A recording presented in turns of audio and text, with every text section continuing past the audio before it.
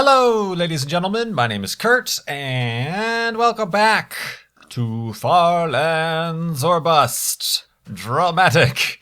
It's a dramatic series.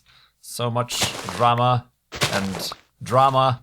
Dramatic. But, yeah, we are back. The world is still kind of loading in. We started early there. There's a creeper down there, but let's be wary of footsteps. Let's secure the hidey hole. I do that because there was an episode way back in the day where I was kind of hanging around. It was actually after we had reached our first Child's Play charity goal of a very modest $820. And I was outside talking and thanking everybody and blah, blah, blah, blah, blah. And my hidey hole was open like that, and I turn around and I watch a creeper just very casually make a left turn and enter the hidey hole that I just previously spent the night. So I was like, okay, I might need to start securing those. In the event I do somehow, I have yet to die in Far Lands or Bust, but in the event I do die and respawn at the previous bed, if there were a creeper waiting for me there, it would explode instantaneously, killing me a second time and taking the bed with him. And then I would spawn all the way back at my original spawn, which we don't want to do, because we have been walking for over 2 years west. Wait, this is east. I actually want to go west. Hello. Oh, getting distracted. I guess I made that hidey hole facing, oh, I thought that was a skeleton, facing east instead of west. So yeah, we're going west. That way's east. That's where the sun rises. Hey guy, how you doing? Having a nice little swim? Oh, you should stay in the water. You're gonna have a bad day. Yeah, you're gonna have a bad day. But yeah, sorry. This is episode 294 of Far Lands or Bust. Today is Monday, September 16th, 2013. It is, isn't this Independence Day for Mexico? I shouldn't say it like that. It feels like that's probably one of the reasons I never was very good at Spanish. It felt like I was faking. That sounded like I was faking the proper pronunciation of Mexico. As a very, very white Caucasian human, maybe I should just call it Mexico. I don't know. But yeah, isn't it the Independence Day? A lot of people incorrectly think it's Cinco de Mayo, but I think it's the 16th of September is their actual independence from Spain. Or, if I'm going to be pronouncing proper countries in their vernacular, España. And yeah, Cinco de Mayo is just an important battle happened Cinco de Mayo with the French or something. It's something like, and it's like really it's mostly in a certain region of Mexico. I don't know. I'll stop talking because we're talking about Far Lands or Bust here, and I could be getting my information, my global information mixed up, and I don't want to mislead anyone about my inaccurate historical facts. But anyway, yeah, it's Monday, September 16th. We're still raising money for Child's Play charity over at farlandsorbust.com. We're up to, big jump, $44,918.44. Earlier yesterday it was 44,444,44, and I sent that to Doc because he, for those of you who don't know, Doc M77, he doesn't celebrate your standard channel subscription milestones. He only celebrates when all the numbers are the same. So like 222, 222, and I believe recently he had 333, 333. He's really looking forward to, I believe, 777, 777 because he's Doc M77.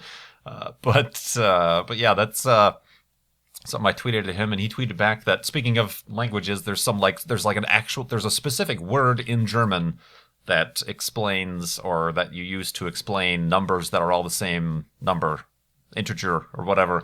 I don't know that there's a word in English for that.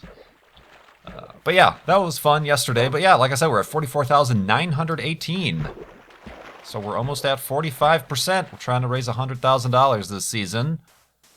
And in related news, For those of you who also watch Brian, Lorgon 111, he's been doing his Exploration and Tactics series in 1.6, where he has been playing in the non-health regen mode, and he kind of set up a little capture the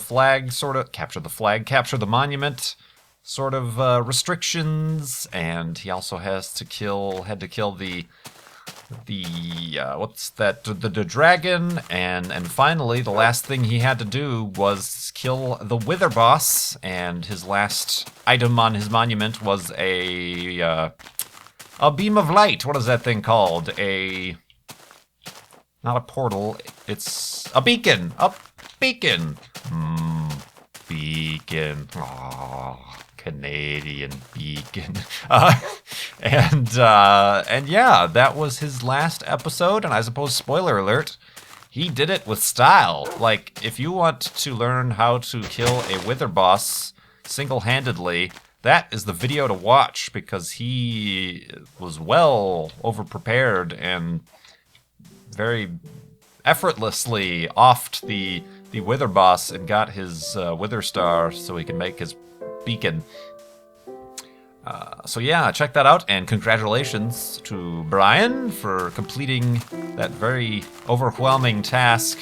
Previously, he did another series called The End of Crafting, where he played and was trying to beat the game, quote unquote, by killing the dragon, the Ender Dragon, without using a crafting bench, only using the 2x2 crafting that's available in your inventory. So he does a lot of these very interesting series where he puts very stringent restrictions on himself. So that was really cool. And of course, the hook, the connection to Firelands or Bust and Child's Play Charity was that Brian, he wasn't like going to play hardcore mode where he dies and he's over.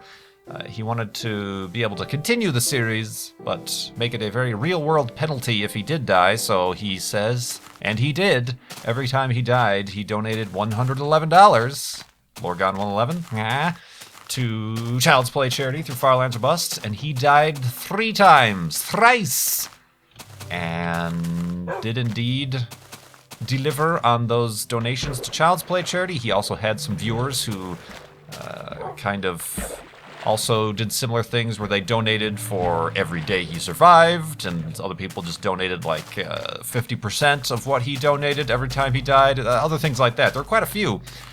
So upon the completion of this season of Lorgon 111's Exploration and Tactics, I decided I would match his 3 deaths contribution to Child's Play Charity. So that's why we had a little bit of a jump from the 444 to what we're currently at, 44918.44 cents. That is not the way you say numbers, Kurt. That is not the way at all. What did I 444. Whoops. $44,918.44. Always glad to do that sort of thing. I rarely point out when I donate because, like I said, this whole thing is about you guys. The majority of all the Firelands or Bust for Child's Play Charity, well over $100,000 in total in all the seasons, is the majority. That's you guys. So you guys deserve all the props for that. But I decided it'd be a nice thing to congratulate Brian on his completion. Very skillful last episode, taking out the Wither and completing his Exploration and Tactics. So, woo! Everybody go check out Brian at youtube.com/Lorgon111. What do we got? Other things coming up here. If you listen to the sun's actually going down. Tarawa, who made the fan art, the comic style strip of me feeding Wolfie, and then I end up eating the bones. I actually got a printout. I purchased a printout from his DeviantArt, and I have that in my office here. Now adorned by the gifts that I received at PAX, the stuffed Kurt J. Mac, the stuffed keychain compass, and the skeleton head. But I have that in my office. But Tarawa recently posted a second kind of comic strip style Firelands or Bust fan art, and it is of the sleep, the way I sleep, how I could be talking about a topic and then just in the middle of it, hold on, I have to sleep. and then I go to sleep, and then I wake up and just continue talking about the same topic. It is a unique thing, and it's kind of, I know a lot of people recommend that I make this available as like just an audio podcast. I just don't know, that just doesn't feel like the right format. Feel free to, download and rip the MP3 or whatever you need to do if you want to do that, but I feel like there'd be something missing if in the middle of just a standard audio podcast, I'm like, hold on, hold that thought, I have to sleep right now.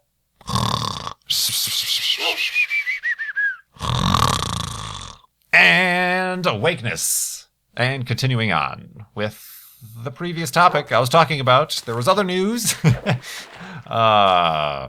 was other news. I'm just thinking of the comic now. If you listen to the Mindcrack podcast on Mindcrack Network on the YouTubes, I believe it was the standard podcast crew. I don't think they had a guest today. It was Beef, Paws, Good, and Bash. And they were mentioning, and they I suppose formally announced that we are going to, as the Mindcrack crew, hold a Mindcrack charity live stream weekend. This is going to be taking place starting Friday, October 18th, 3 p.m. Eastern Time, all the way 48 hours until Sunday, October 20th, 3 p.m. Eastern Time.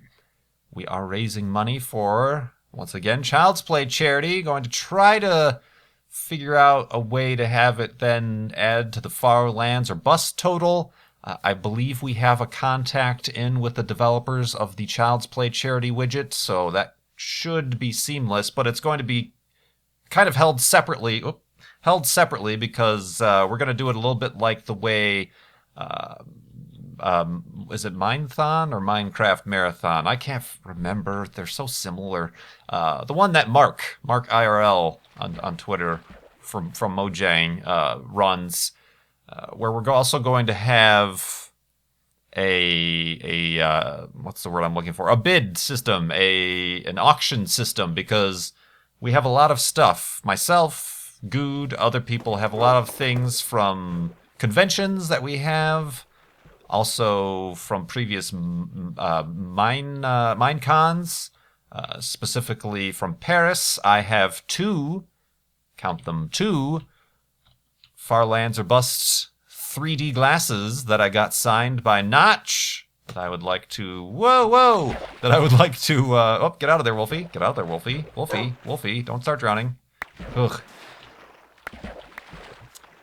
I have two of those signed by Notch. Of course, I will sign them as well if the highest bidder requests. I've got a couple copies of Minecraft from Minecon I might include with those. Other such sundries. Good has a lot of things. He has a poster and a postcard signed by the entire Mojang crew from Minecon Paris and us. He has a few other of those postcards signed by the people who were at the last Minecon. Just articles of memorabilia of both Minecraft and Mindcrack that we would like to put up for auction to get to people, and then those funds will be going to Child's Play charity. So there's some little bit more complex logistics than what I'm personally used to with my very bare bones flobathons, where it's just like, hello, I'm streaming now. Here's a donation widget.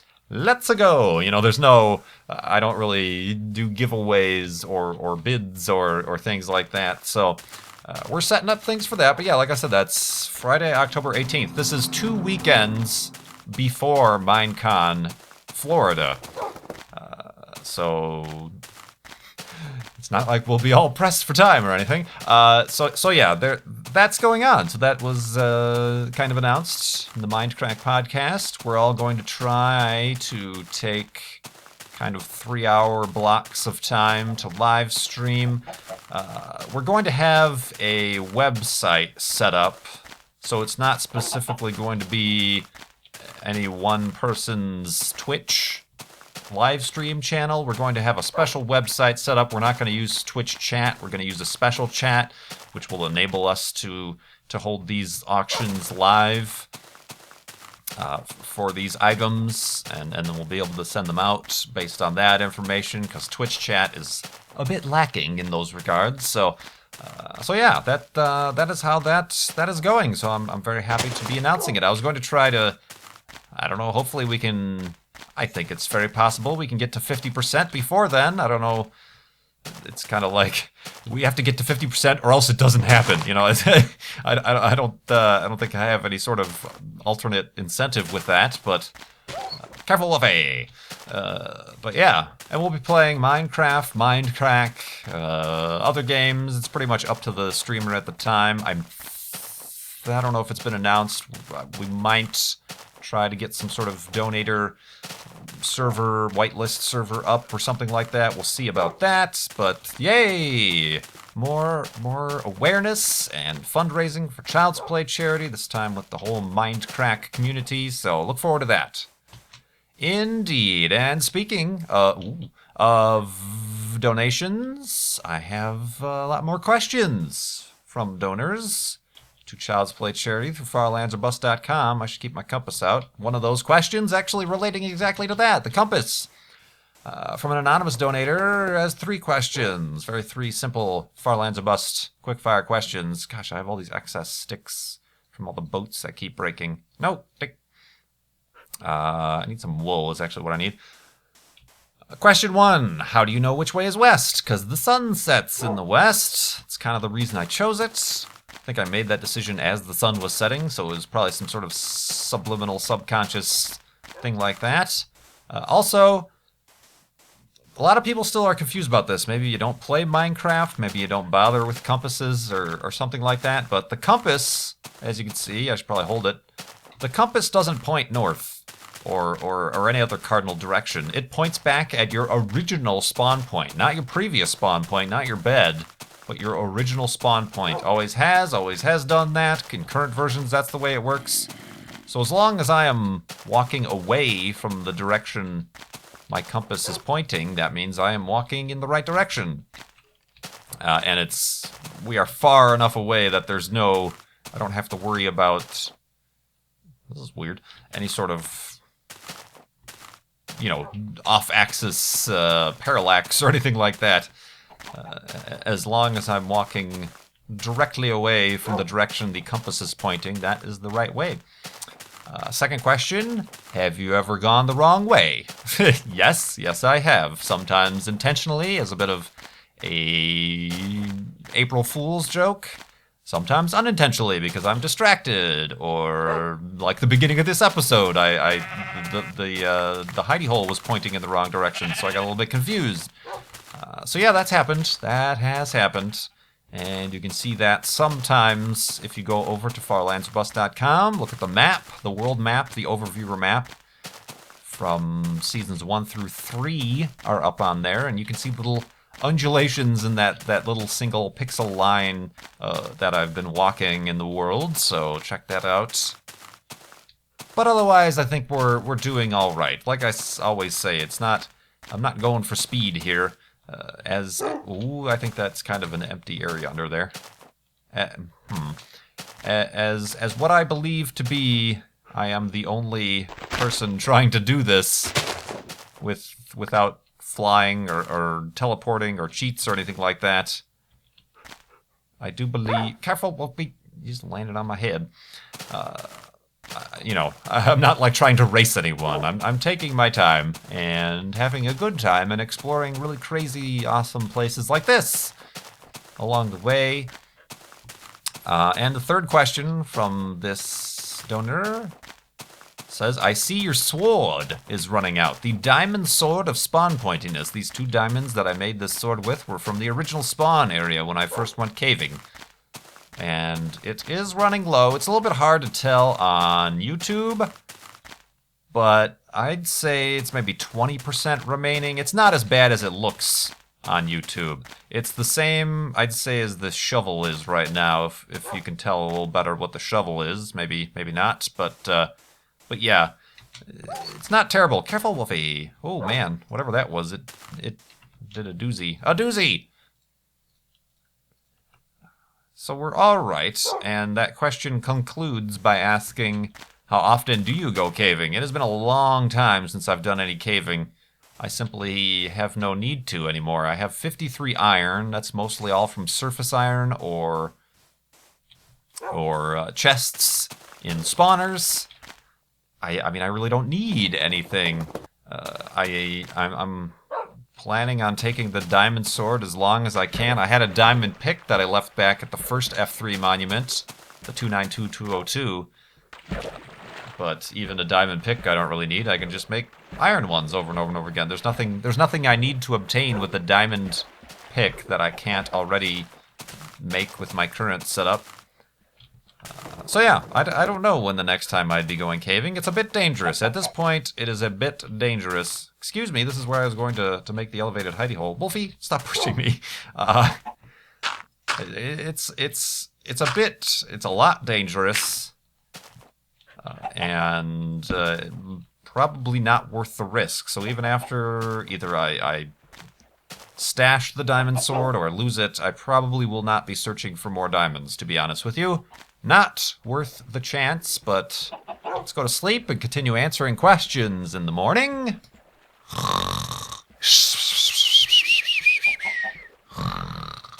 And chickenness. Boop. Pushing Wolfie around. That's a huge chicken compared to a wolf. I'm just now realizing this after playing Minecraft for 3 years. These chickens are not to scale. From Grumpy Old Man, what features, if any, in later versions of Minecraft do you wish had been included in Beta 1.7.3 to make your experience easier? I get this question a lot, or like, what things would you add to this version of the game? I don't think sprinting would make it easier or better. I recently, in one of my last Mindcrack episodes, I was just kind of walking around searching for a place to build a house, and I wasn't sprinting. I was just taking a long time. I kept forgetting that you could sprint, and I kind of noticed that, I don't know, sprinting is not as pleasant, even. Like, it feels like, oh, you gotta run. It feels like I'm playing UHC, and I gotta rush, even if I have nowhere to really go. As opposed to walking, it's kind of like you can appreciate, you can stop and look around and stuff like that. As opposed to sprinting, you notice your hunger bar running down. You have to watch out for falling into ravines you don't see. You know, it just feels a little bit more frantic. So I don't think I'd even want to be able to sprint. Like I said, it's not a race. I'm not trying to get there as quick as possible. So sprinting, I don't think so. I mean, maybe it would be cool to have had structures or the different biomes, just so there would be more to explore. But then again, with that update is what kind of changed the biome generation and made it not quite as, what was I trying to say, diverse as this is. I mean, look at this. This you couldn't find this in any current biome. I don't know what they're changing for 1.7 where this sort of thing might happen again, but yeah. Gah, careful, Wolfie. This appears to be a nice ocean over here. I'm gonna go this way. So yeah, I don't know. I don't know that I would pick anything to make my trip easier. Careful, Wolfie. Perhaps just more. I would want things to make things more interesting. So certain features, maybe a village here and there to say hello and pick up some supplies instead of. But then again, it's kind of the loneliness, the soul intelligent being that I am traveling through this world that kind of is a little bit of a hook, I guess. I don't know. I have no idea. So yeah, I can't really. I've never been able to answer that question. I get that a lot though. Zulas asked, Will you be able to speak? Will you be doing any sort of casual Flob Kurt J. Mac meetups for your fans at Minecon? Or will you be reserving your time for Mindcrack-related events? I know how conventions can be. A lot of people everywhere all the time. Obviously, as I'm there, I am still Kurt J. Mac. I'm not always Kurt J. Mac from Mindcrack.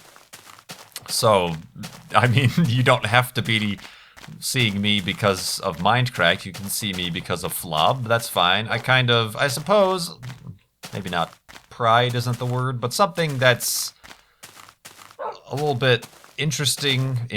Just, I tend to kind of I'm well ingrained, and I enjoy, like I mentioned in the previous Mindcrack episode, if you missed it, I feel very proud to be part of this community because we do these sort of things that are, say, at PAX we created and held the outside of PAX meetup, and I don't feel like that many other YouTubers, at least communities or gamers or anything, set up anything like that. So I feel very proud to be part of this, doing stuff like this and the charity event and things like that. But I still do feel like I am, like when you think of Kurt J. Mack, I'm not just, like I said, from Mindcrack. There's a little bit more independence here, and maybe that's my introversion. Maybe that has something to do with it, because I don't do too many co-op things or community things on the server with videos. I don't know if that has anything to do with it. Perhaps it's because Far Lands or Bust is kind of where a lot of people find me, and then later on they find Mindcrack through me. I don't know. But yeah, I definitely feel like that's there. So yeah, I don't know that I'll be holding any like specific Farlander meetup or anything like that. If you meet me at Minecon, I will be there. You know, that's kind of the way it's going to be. So yeah, I mean, I appreciate the thought, and like I've said many times before, even though it's coming up on just a little bit over a month away, there's still a lot of unknowns, you know, that we might not even know until we're there and we see the venue, about like places to meet, or we'll be here, or is there a special room where we can have some sort of orderly meetups as opposed to being crammed and mauled in the hallways like at Paris, or is there something more organized we could do? So there's still a lot of questions that we won't figure out for a while. So I'll certainly, as with PAX, let you know when any sort of decisions or ideas come up. But thanks for the donation and question. Whoa, don't fall. Let's see. Bloop. Bloop. Are those all? Yeah. Here we go from Dodplas. What would you do if someone... What would you do for a Klondike bar? Nothing. I don't know if they're gluten-free. What would you do if someone offered to donate $30,000 to Child's Play charity? But only if you pressed F3 midway through the season. Alternately, what amount would need to be donated for you to press F3 midway through the season? Well, I'll tell you right now, somebody would need to donate $55,072. Would that equal... Yeah. $55,072.66. Then I will press F3, because then we will have raised $100,000. Ooh, I said that kind of creepy. Then we would have no, sorry. Anyway, and then suddenly Kurt loses all of his subscribers. So yeah, I wouldn't stop anybody from doing that, but I will only press F3 when we raise our goal, which is, this season, $100,000. Hey, Wolfie, did you see that? No, you didn't. Did you see that? Yep. Boink. So yeah, I'm sticking to my guns with that. I'm sticking with my guns with that. Of course, I'm also... Okay, yeah, this was kind of a thing. I was a little bit... I honestly didn't know that they were going to announce the Mindcrack charity thing on the Mindcrack podcast yesterday. It makes sense. It's good, because it gives a lot of people, oh, okay, I'm aware now. This weekend I can set aside some time to tune in and perhaps donate. But on the flip side, it kind of worries me, and maybe that's why I also decided to match Brian's donations. It kind of worries me that people are going to be like, oh, okay, I'll wait for that weekend then to make my Child's Play charity donation through farlandsorbust.com, because I might want to use it to try to bid on some of these donations or get on the potential donor server or something like that.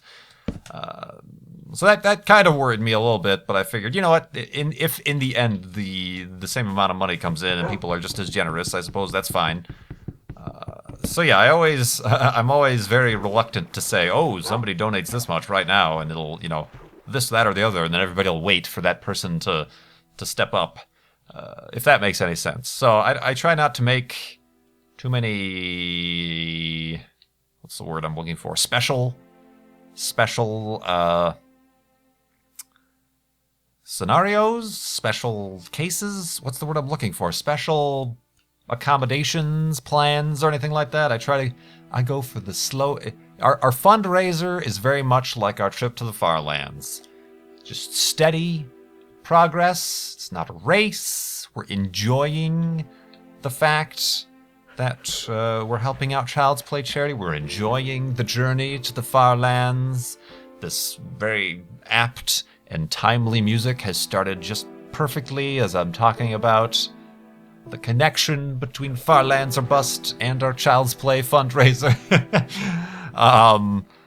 So yeah, I mean, that's the way I've always taken it. But I've since Good first came to me with the idea for the Mind Track charity thing. I've been on board, and I'll definitely. I'm not going to be streaming or in the call all weekend. That's 48 hours. But I'll certainly be around a majority of the time that weekend, if not in the stream, definitely within the community and kind of rallying the Farlanders, I suppose. So yeah, there. Thank you very much, everybody who has asked questions that I've answered this episode. That means you also donated to Child's Play charity over at farlandsorbust.com, which I was just talking about.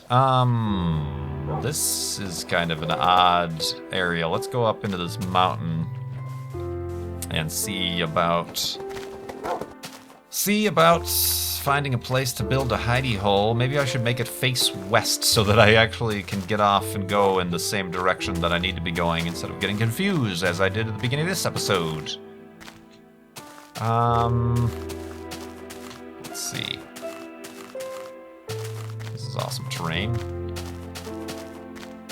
Yeah, it's like these areas don't exist anymore. That's kind of weird, obviously, to have snow in the middle of this biome, but I like these kind of... Who knows? It's not technically a plains biome. Everything doesn't have to be plains around here. Here, sit. Yeah, right there. It's kind of an amalgamation of multiple biomes with their own unique properties. Boop. Indeed. Where's the actual... It's right here. Indeed. So, let's build out this hidey hole for the end of this episode. And again, as I said, I do appreciate all the donations to Child's Play charity so far. We're helping get toys, books, games to kids in hospitals around the world, and then some with the ever-expanding...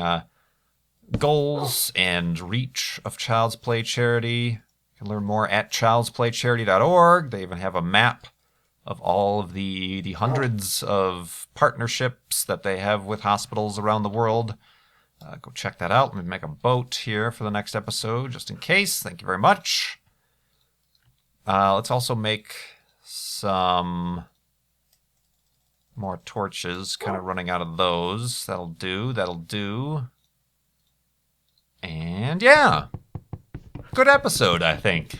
What do you think? Let me know by clicking the like button. Pandering to the crowd. So yeah, thanks so much for joining me in this episode. My name is Kurt. I will see you next time.